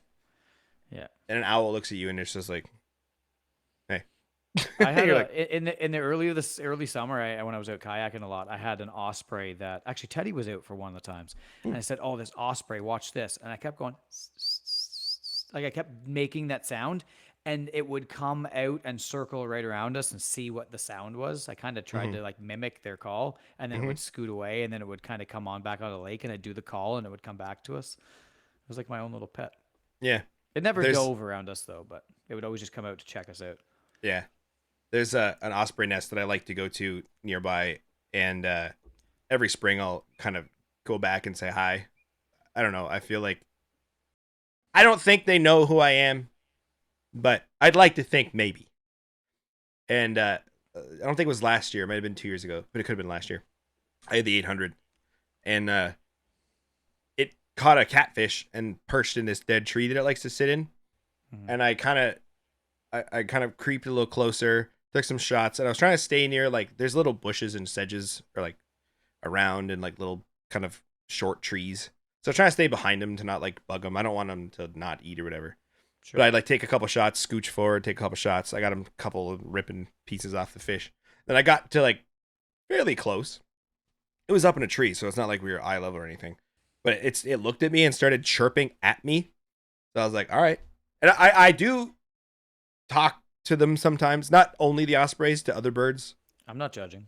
I'm just be like, it's okay. Like I'm just. Oh yeah, I've done that. Talk them through it. Yeah. Like, hey, no, you got the wrong idea. I'm all right. Yeah. I'm good. I don't want that. You can finish that. Yeah. And but I would keep scooching forward, and then I'd get to a point where he'd chirp at me, and I'm like, all right, I'll stay here for a bit. There's and then the like, warning. yeah, and then he'll like stare at me, and then he'd like go back to eating, and then I'd like scooch forward a little bit, and then he'd look, chirp a little bit. I got to a point where I was like frame filling with the 800, and I was like, I don't think I need to be closer than this, so I'll just kind of hang out here. Took a bunch of shots and then left. And I always like kind of leave slowly too, because if you're just like, okay, and you run off, that's just as scary as like when you're sneaking up and running up on them. So I'd like to respect a little bit that way. Have you ever thanked wildlife after like Yes. a really cool experience? Yes. I've literally been like, wow, and then like turn around and go, thank you, and then just walk away. 100%. I used to go like, oh, thanks, man, or thanks, bud, or like, Yeah. That's why. Yeah. That's why ultimately, like, you're right. It's a cherry on top. Yeah. The photos. Yeah. Because it was just like, even if you went back and you hadn't even seen those photos yet, so all you're basing it off is just the experience and the opportunity you had to take to shoot it, to have that moment with it. Yeah. And for that moment, you shouldn't be considering what that final product is or what you got. It's then after when you come down, the dopamines come down, and you're like, hey, what did I get out of that? And then you're disappointed, of course. You're like, it's all blurry. Yeah, it's all fucking shit. Oh, sorry, sort of about. I have thanked them. Sorry, Yeah. I got excited there. You can keep going. No, that was it. That was it. Okay. I was just wondering if it had ever happened to you. Oh, all the time. I think if I have a notable experience, like absolutely will thank them. But you're talking about how you're disappointed later. So like it wasn't like a good thing that I fucked up, but I was shooting that last time I was just talking about on that boardwalk, and I took a picture of I saw a flicker way far away on this little pine tree, and it just was a weird thickness of tree for the flicker to be on, and I was like, oh, like I gotta take a picture of that. Put the camera up to my eye and just took a couple pictures. I go to check them, and they looked weird. Like I was doing the chimp thing. I was like, what the fuck? Yeah. I shot it at f22 somehow. Like I don't even know how the hell I did that. I was like fidgeting. But like it must have been, or I just must have been like rolling my thumb along the wheel, or it was bumping into me as I was walking. Does it show you? It doesn't show you in metadata what mode you're in, does it? I would check, but I'm using the camera right now for this. I'm just wondering, I don't know. Were you in aperture or shutter mode and just like? Well, no, I was in. I would have been in manual with auto ISO because I don't really. Okay, so you had to have else. spun a dial. I was just wondering if it like turned to like aperture mode and you selected it, and it's like, oh, I need to be at, or I am at f27 because that's what I was last used at or something, you know. Yeah, no, it would have been manual with auto ISO. So my aperture's on the R8. There's a wheel kind of above your thumb, and that's where my aperture is. And then by the shutter is the shutter speed. Here's a clip. Clip this. Because I'm probably gonna eat crow later on. I don't like auto ISO. I know this about you. This isn't news to me. Oh, okay. I just want control of my exposure. Like that's all. I don't want it to like be metering and select the metering has to be really, really accurate. You need to have that shit dialed in to like execute the idea that you want. Like If you're shooting auto ISO at early light and you're going for silhouettes, I've noticed that a lot of the times it'll try to expose for detail, and you're like, no, stop doing that. Like, it's the Yep, metering that kind of fucks up a bit, and I definitely. don't like it. And you miss opportunity in that way if it just grabs the wrong kind of exposure because of the auto ISO. This is more often lower light. I don't mind using it through the day. I'll definitely use it for action or like bird and flight type shots through the day. Like, it's in and out of shadows. It's not going to change that much. It's probably beneficial to be running auto ISO. But when you're in those more dramatic lighting conditions, like, I just loathe the thing. I just can't do it. And that's why I've been running aperture mode, because I can't. It does auto kind of ISO, but I can like kind of override it and keep my aperture where I want. I just don't like when it thinks it's smarter than me. It's funny because like we Cause you ain't. because you You're ain't not. Let me see the photos you've taken. Not you, the camera. the camera, and then Yeah. it just like blows your mind. You're like, all right, fair, yeah, I understand. One day I'm gonna say it and it'll be like, okay, and it'll like spit out some fucking AI shit. I'm like, damn it. Some Polaroids come out of it. And you're like, whoa, how did you do that? Yeah. It's gonna turn into like Autobots or like Decepticons and run off your desk. I'm trying to be as nice as possible there to The robot the overlords. overlords. Yeah, as possible. I like we've talked even before podcast about What was it before podcasts? no, we met each other the first episode. Okay. But before that, we would talk about how I would shoot auto ISO, and we've had these discussions before. We have, yeah. And I did it just because every video online ever told me to do it. And I was like, okay, that sounds easy. When I was doing more product photography stuff, I would just set the ISO to 100, and just for exposure, I would use the aperture or the shutter speed Yeah. to change the. A controlled environment. It's easy Yeah. to, yeah. So like doing that now is like with birds, I don't want to think about that. So I'm like, you can figure this out, camera. So I'll just focus on maintaining the bird in the frame or trying to predict where it's going to be and like other stuff. But at the same time, like I am paying attention somewhat sometimes to the aperture or sorry, the exposure comp. So like, I want it less bright or more bright. And then you're like, then just do that with the ISO and not use the exposure comp. Well, yeah. But Especially with the F9, you're not going to be you don't want to stop down. So that's no, one setting. You might as well have an fixed aperture F9. I know it's nice to have the variable, but you might as well just leave it fixed and run ISO, manual ISO, and shutter. that's kind of, I've thought about that. Yeah. Because of the reason that like the R8 has two wheels. Yeah. And like I never adjust the aperture from an F9, especially with the 2:8, except for when I'm playing with it and I shoot a stupid bird at F22. Yeah. So that could have been like ISO 16 billion with a shutter speed, and I'd still mess it up. So it's like, it's funny because I'll change settings randomly one day. I'll be like, one day last year I was just like, I don't feel like back button autofocus anymore, so I'm gonna set it up different. You're very much a burn it all down. At a certain point, you get to burn it all down. Start over. Yeah, yeah. So like I've debated doing the ISO on the or ISO. It's not ISO apparently on the thumb wheel, and then the shutter speed still on the other wheel. I just haven't committed to that yet, and maybe I should. Maybe that should be my project for next year. That should be like tomorrow's project, like for an hour. What do you need more than that for? It's fair. Yeah, I should maybe just try it for a day and see. That's a pretty easy project. No, one full year. Real way to aim high on that one there, Kyle. I was attempting to do a segue, man. That's what I was trying to. Oh, I'm sorry.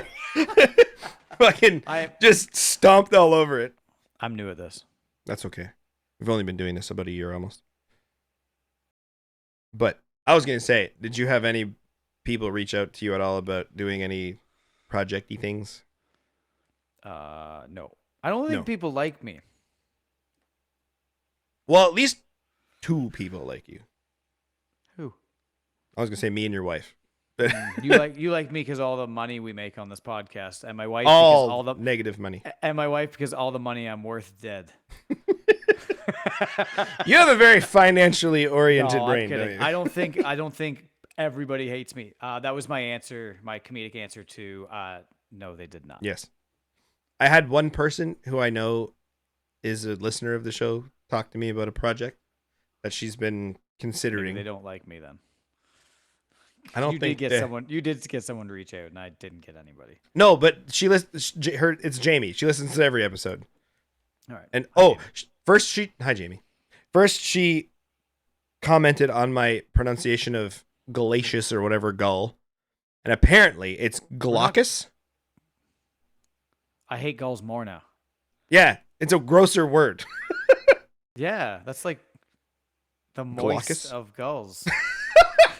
Okay, hold on. I'm writing that one down. He's writing it down. The moist of gulls. Ew, that sounds really gross. I know. That's why I like it. It's gross. Context. It's great. And then she brought up this idea for... Actually, I think this is fine. I'm going to ask you the question she asked me because it was an interesting photography question. I feel like I'm on the spot. No. It's a good question. So she has a book, I think, or she saw a book of buildings and architecture around the city or a city she lives near, and was wondering if she could recreate, because she doesn't do landscape or not landscape, architectural photography. Yeah. So she's like wondering if she should retake photos of these same buildings, the same that the book was, but like years later, because it's these historic buildings and have like a photography, like a modern day. Yeah, like a more recent version. Frame the same way, the changes, stuff like that. Yeah, there'll be different vines. The building beside is different.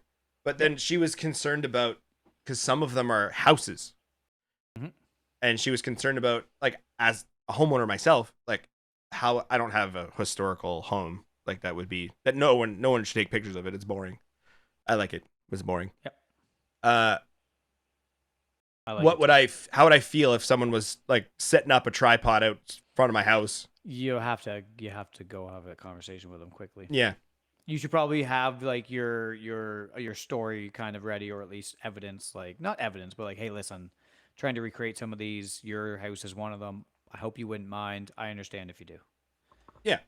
Yeah, and I think that has to take place, or it should.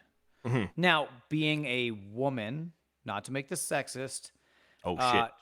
she might get away with it without anybody batting an eye. A bearded man with a temper might have more of an issue. How do they know you have a temper right away? It's on my face. Or does it just come with this? Because I agree. It's on my face. Yeah. Yeah. Yeah, and she mentioned that having like a not a non-disclosure, like a sort of form to sign or something to be like, yeah. It's fine. Yeah, I mean, I don't think you need that, providing there aren't people on the property in the frame. Yeah, I don't think she would like a intend release to do that. Type form, release form. Yeah. So I don't think you need that if it's like a physical thing, like a building. But it'd be interesting to. But don't ChatGPT it, because it'll probably lie to you. Not on purpose. It's like something someone owns, so I'm not sure the ramifications of that. It was just, I thought it was an interesting idea, and it was just a cool conversation. Like, what do we do in this case? Right. I think you want to cross your T's and dot your I's, though. Like, I think you do want to at least just quickly have a conversation with them if you can. I think you can do it without, and I think that's more adventurous. Hide in the bushes till the cars are gone. Yeah. Like if it was you, Kyle, I'd be like, no, don't even ask him. And then I'd be sitting back here like, oh, the pod content we're gonna have. But with Jamie, I don't want to get her in trouble. She's a lady, and just want to make sure she's safe out there. Totally reasonable. I think that's a great thing. I'm not that bad of a guy. You're not mean. You're not bad. You're the only one saying you are. Oh, I'm the most hard person on myself ever. Like, I'm just like, I'm shit. The world sucks, and I hate being in it. It's all the time. I'm the guy that will just like agree with you without even realizing what he agrees with. I'm like, yeah. Mm-hmm. Yeah, totally. Yeah. You're like Joe Rogan. Anyone on the other side? Yeah, sure. I'm supportive. If that's what you want to be, I will support that. You know what? In you're not wrong, because like you were like, I was like, we should do a podcast, and you were like, yeah, like we should do a podcast, and then you were like, let's do it. Absolutely, and you helped get the thing rolling. So sure, I agree with that. You are supportive. And I was trying to get other people that were in my life that had shared the same enjoyment of photography to start a podcast, and it kind of always fell on deaf ears. And I just, as soon as you suggested it, I said, well, here's my guy. Like, he was in front of me the whole time. He was the guy I was going shooting with the most out of all of them. It would have been really funny. It was always you, Kyle. Oh. And then cut to some like just kiss me, you know, like some 90s, 2000 romance song. We might get copyright, but that'd be funny. Okay. I could pull out the guitar and just serenade you. I think that's technically a cover then, and I think it's fine. Yeah. So you had nobody DM you at all about anything? I don't know. No. I did actually. I did have a commenter or a listener comment or DM me to give me a suggestion for a topic, which we will touch, whether it's this episode or next. We will touch on it. It's a secret. Now it's a surprise. Oh, I don't know. I was just like with the solar farm and stuff like that. Oh, it was that one. That one was a suggestion. Okay. Which I don't really know that much about, so we'll do a little bit of research and then we'll talk about that one. Well, it's interesting. All right, let's touch on it a little bit. No. I was gonna segue again. Damn it! I'm terrible at this. I'm also bad at setting them up. But I was gonna say, like, the reason that we're chatting is because I DM'd you once, and I was like, "Yo, snowy owls, how, where?" The funny thing is like most people if it wasn't for other people, I'd probably still be doing this like individually, like by myself, just taking photos and being like the guy online. I thought you meant a podcast. No, I wouldn't even be here because like Mike, drink guys. I said Mike. He invited. No, you're out. I can't have you drink. It's empty.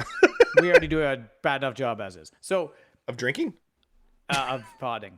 Oh, fair, yeah. Actually, maybe it might be better if we drink more. One of the suggestions was do a podcast and drink as much as possible.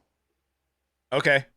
I'm anyway, down. I think I forgot one case of train Twisted of thought. What was my train? What was my train of thought? What were about a DM about I said I wouldn't have like been part of the group. Here we go. If Mike didn't reach out, drink again because it says his name. You're buzzing again. This is off the fucking rails. This is great. How about now? If Mike didn't reach out to you're good. Reach out to everybody else and say, hey, you're interested in joining a chat and just talk about photography. And I piggybacked on Mike, and Mike said, I'm adding you to the group. I reached out to some people. Oh. And then you reached out to me. And then you added me to the group. And we could, yes, exactly. We could even get personal. My brother and I, my half brother and I didn't grow up together.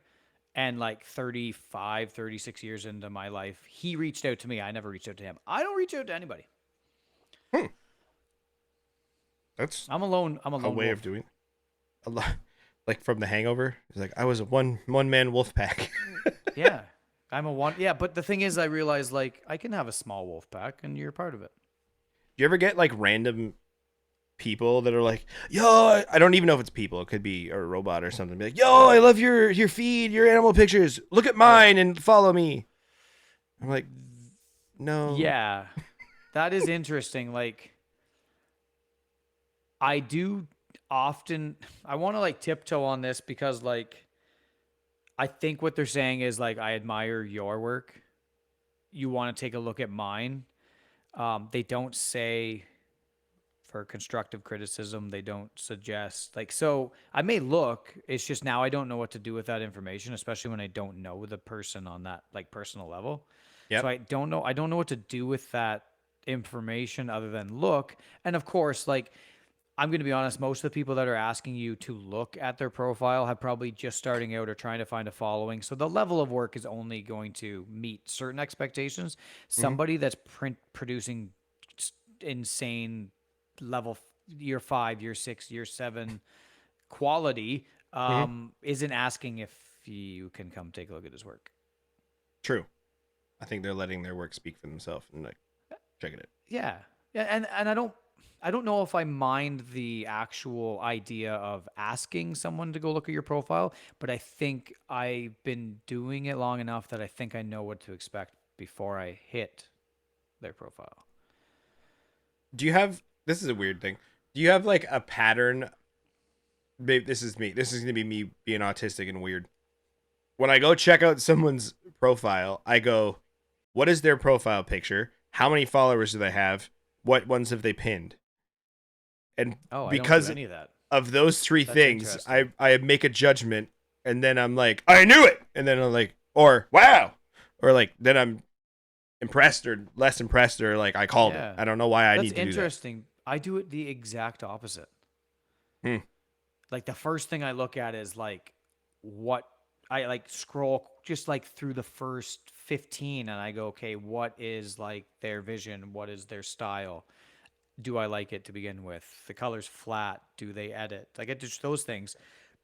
And then I'll go like, oh, this is really good work. And like then I'll look at the followers. And sometimes I'm surprised they have as little as they do. Because there's Hmm. photographers out there that are insane work and they have only 1,000 followers or 900. And I'm like, how do you only have that? Maybe you don't market yourself. Maybe you're not interested in that. It's not, your Hmm. objective. And then I've also seen some that have like blown out, overexposed, very busy. They might be from Costa Rica, but they have like 11,000 followers. And I'm just Hmm. like, well, this doesn't really translate. You know what this translates to me as? It really ultimately doesn't matter how many followers you have based off your work because they don't correlate.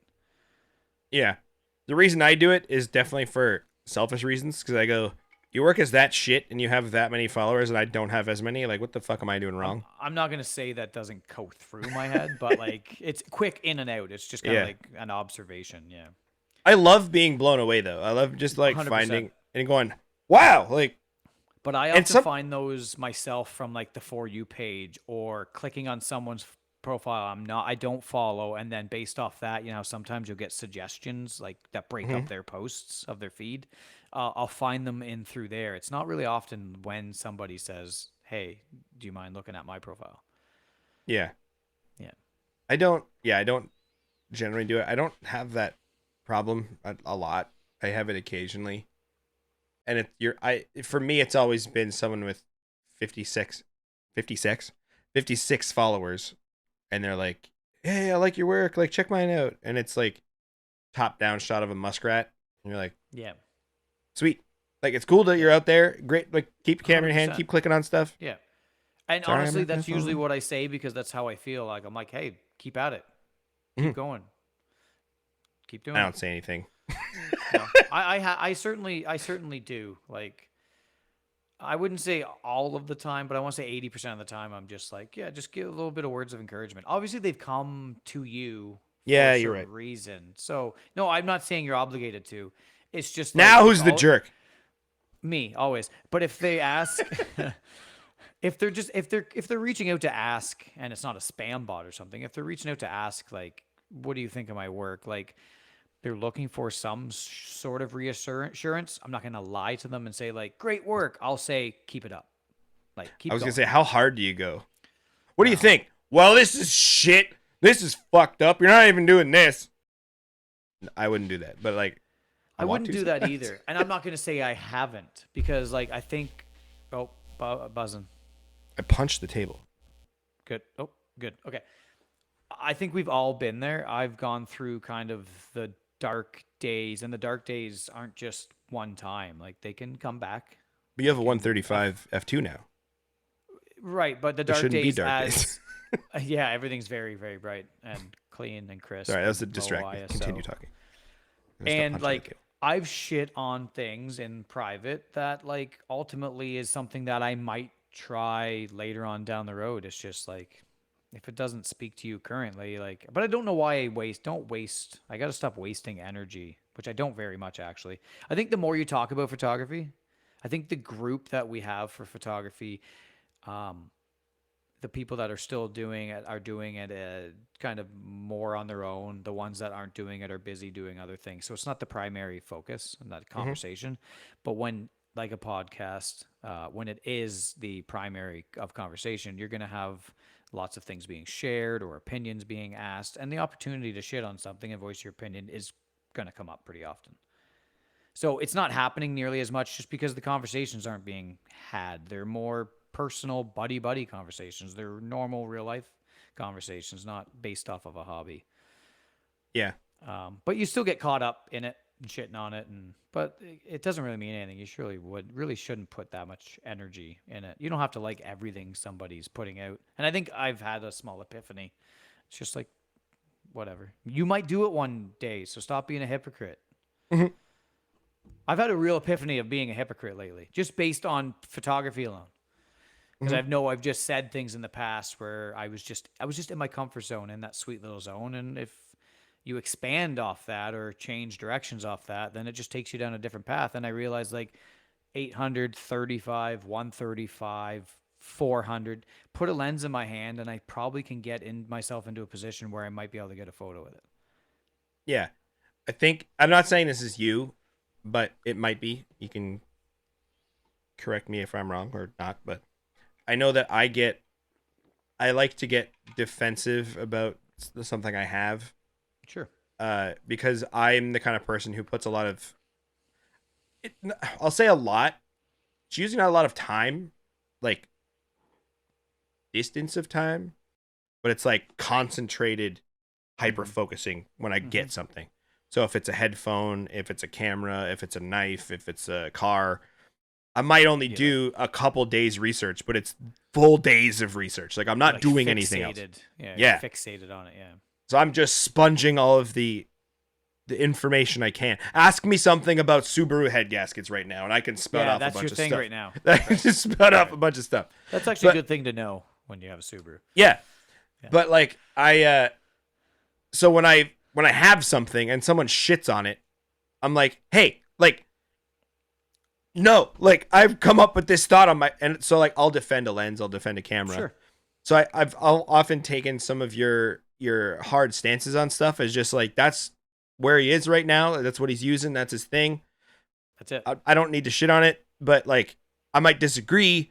And then later, like the 6.3 thing is funny because you're just like, yeah, you don't need that. And now you're like, actually, I'm liking this. And now you're like, I need 2.8. Yeah, I need 2. Yeah. Yeah. But again, that kind of comes back with time being able to be spent. There's no point on like investing a bunch of money in something you can't invest the time in. So like budget fits the amount of time I can do the hobby. So of course I'm going to defend that because like I do believe that it can produce good stuff and that most people that are doing photography right now only need that. You know what everybody needs right now? 2 people specifically. 2 people need a Canon RF 100 to 400. And there's 2 100 to 400s for sale right now from these 2 lovely gentlemen on screen right now. Look at it. It's even got a little mushroom hat on. Oh, there it goes. Finally focused. But yeah, like I know that like we both like this lens a lot, but we're both I think now at the point where like we want something different. Like it's a great lens for someone else. Yeah. And it's a type of lens that like if you get rid of it, you can pick up a copy again between $550 and $700. Don't lowball yourself on the podcast. Well, if I'm buying it again, it's $550. If I'm selling it, it's $700. You heard it here first. Okay, fair. It's $800 if you want the lens coat for it. If not, my buddy Gary wants the lens coat. So like, I'll throw it in for the right price. Sorry, Gary, but I'll also keep it for the wrong price. Reasonable, I think. It's kind of like Mike with his 400. Drink again, boys. For the 400 2.8, he's like, he bought it for a certain amount. He got a certain amount savings. He's like, I'll sell it to you for this amount. And I'm like, that's the amount that you paid. Where are my savings? So I should get the same amount of savings that you get. Why do you get your money back? You bring up an interesting topic. Just hit the mic. I'm sorry. Whap! There's a podcast that I really like that are always bashing the microphone, and I kind of want to start doing that. We might get there. Yeah. But I don't like the concept of flipping stuff for more. Like, if you purchased it for something and you want to get more money out of it. Yeah. Like, I think stuff should be resold at the price somebody paid for it. So, like, a weird example is the car that I am driving that the Subaru will replace. It's all cars with you lately. Fucking. But well, I'll circle this back to cameras and photography. No, I'm kidding. I need a car to go shoot stuff. All right, so shut up. I paid $1,500 for it a couple years ago because my father-in-law's friend was selling it, and it was kind of wasn't in rough shape, but it wasn't in good shape. At the time, I needed a car quickly, so I was like, "This is perfect." And I don't know what I'm gonna do with it now, but I'm kind of like, I could try to sell it for $1,500 because it's still probably worth about that.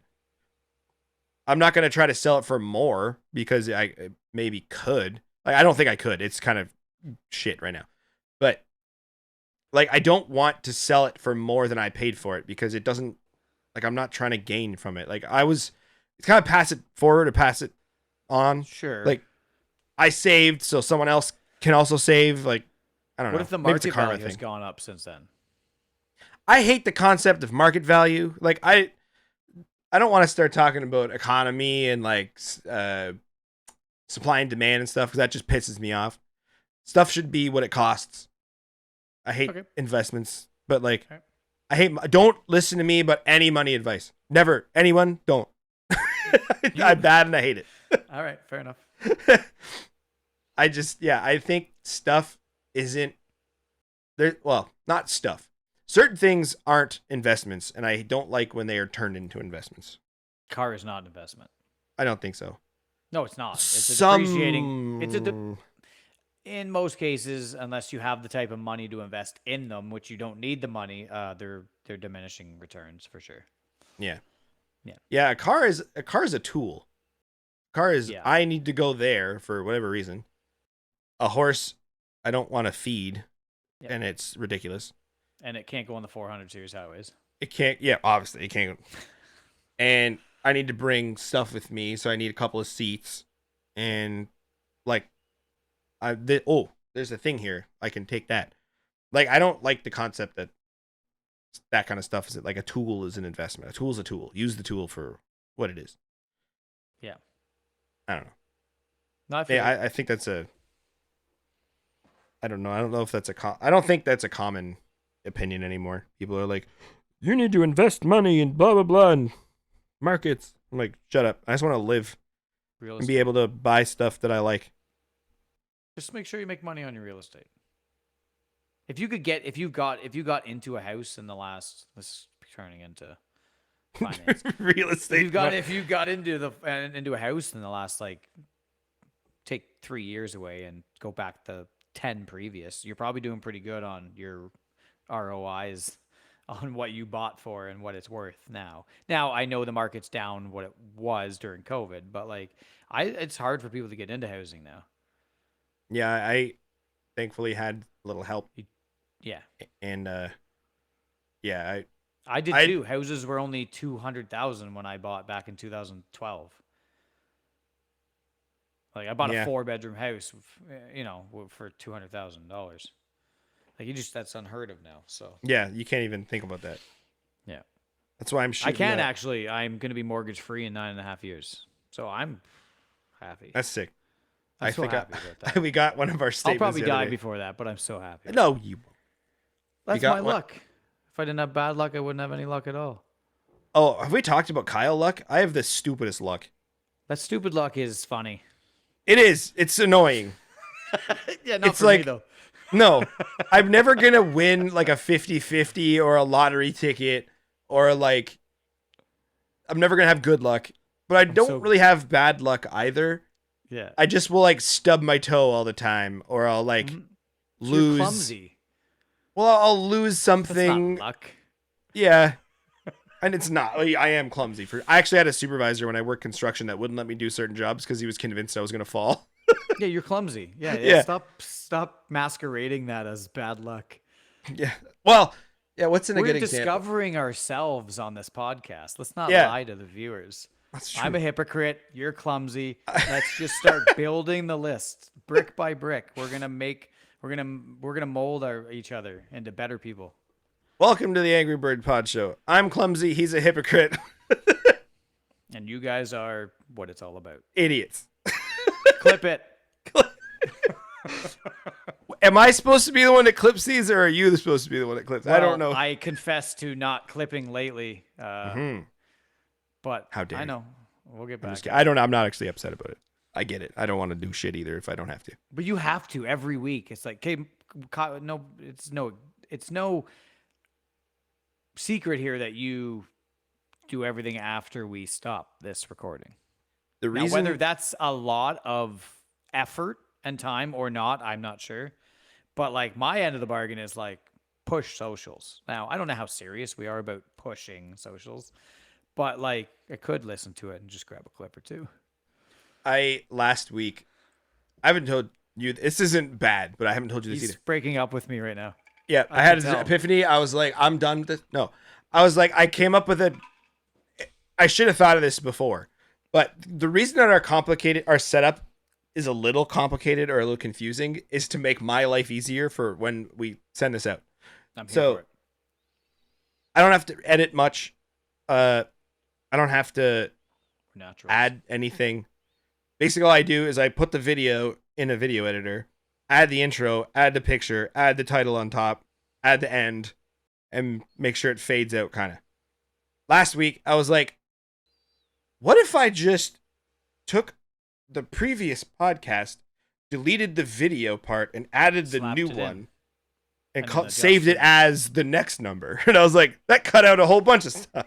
100%. So I made it easier on myself last week. You're streamlining it, and you're making me feel better in the process. Streamlining. That's a good word. You're good.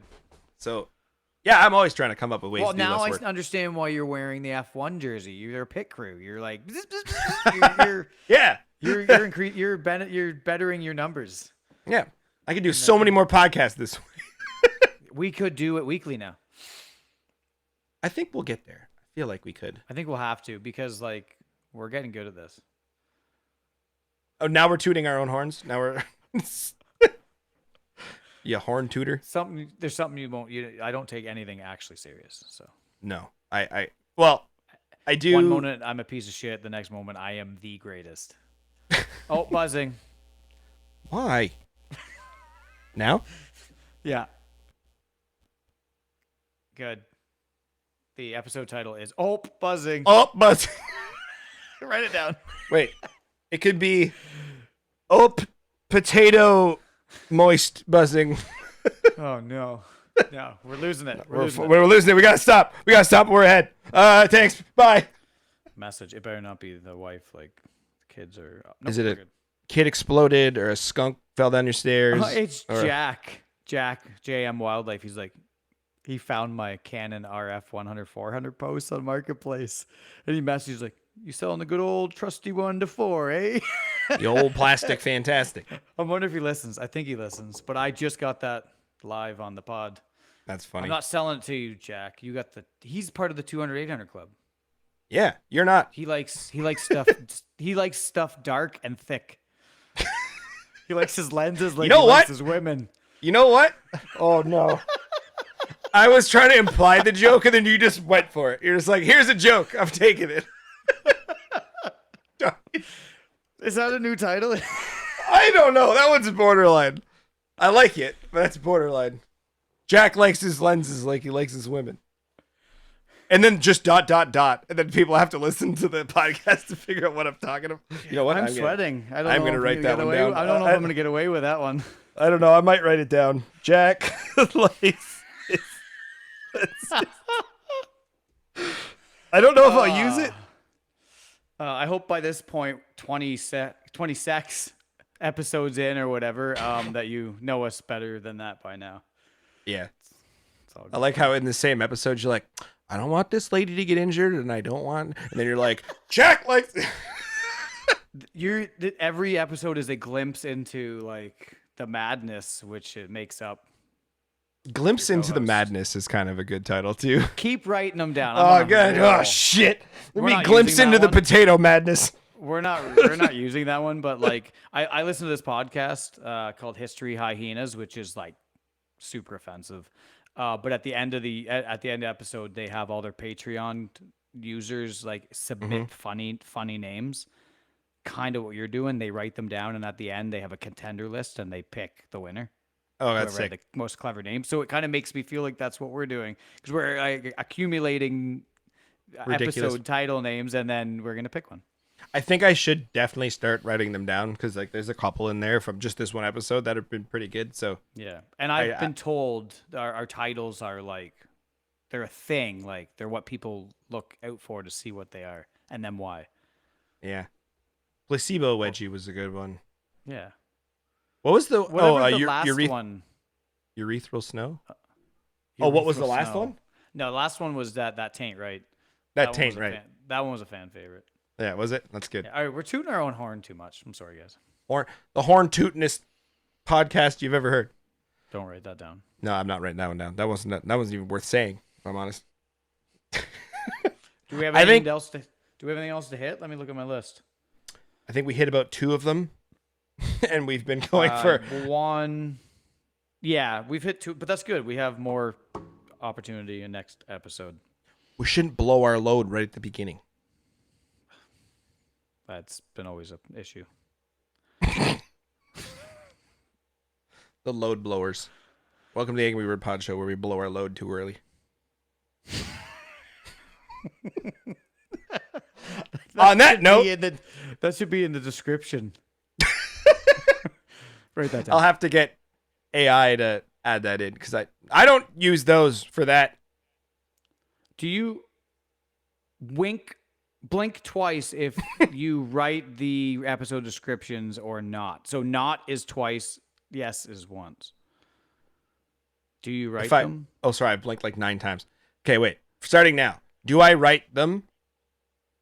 And then blink once for yes, or twice for the other one. Okay, so that was once. Just for the people not viewing. That was once. And, okay, good. I knew it was you the whole time. Yeah. I give it prompts, obviously. I'll correct them. And by them, I mean my own brain. That just shows how much effort we're willing to put in to produce a podcast for you guys. I would say it's enough. It's enough. 3. Yeah. 3 efforts. Even if there's not a ton of effort, there's like still the idea of like we're excited to come talk for you guys. Highlight of the week. Yeah. I heard 2 good. Well, no, I heard more than 2 good things. But like today, actually, it was just today. 2 good things happened today. I learned something about something that's going to happen at work that I don't want to talk about because I don't want work to cross over, but I'm excited about it.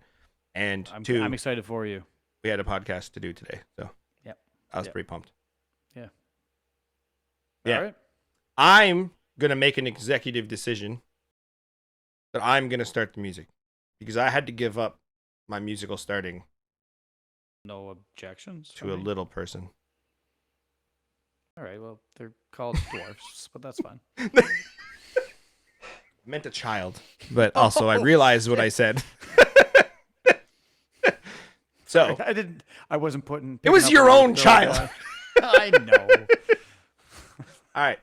Well, we never say this, but I'm going to say it. Like, subscribe, review. Oh, shit. We're going to get serenaded out of here. I'm going to play the music live today. If you just busted out the ending, that would be... You know what? That's your 2023... It's 2023. That's your 2023 project, is to play... That's my project. Yeah. All right, I'm in. Nobody said it had to be photography, did we? That's true. No. All right. You should do that. I will. You do it properly today, though. I'm not actually going to play, but we just made something out of thin air. That's my project. I like that. Yeah. Awesome. Which one? The intro or outro? Outro. Oh, if you're shredding the intro, that'd be sick.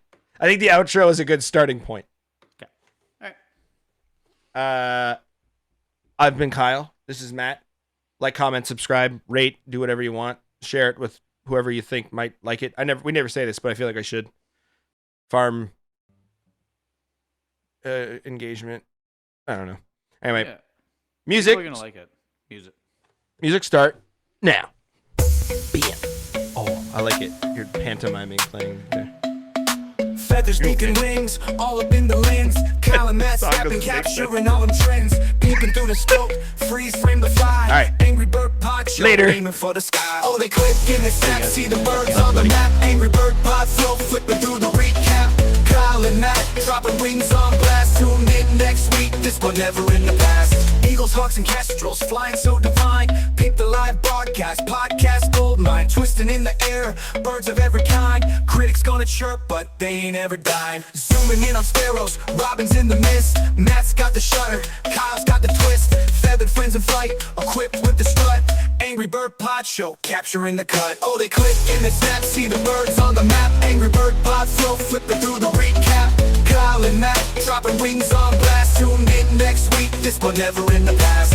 On the twilight, watch the colors flash. Birds of every shade in a photogenic dash. No need for fame, just the birds flying free. Angry Bird Pod Show, bringing all the glee.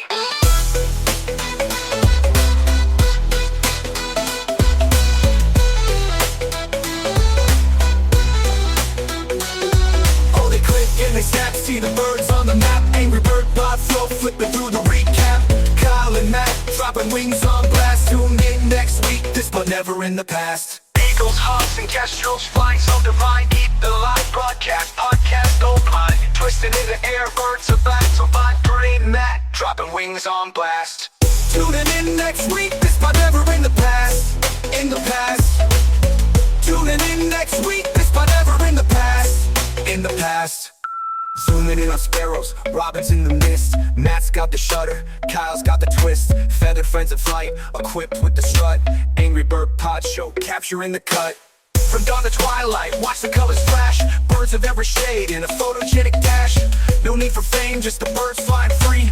Angry Bird Pod Show, bringing all the glee. Oh, they click and they snap, see the birds on the map. Angry Bird Pod Flow, flipping through the recap. Kyle and Matt, dropping wings on blast. Tune in next week, this one never in the past.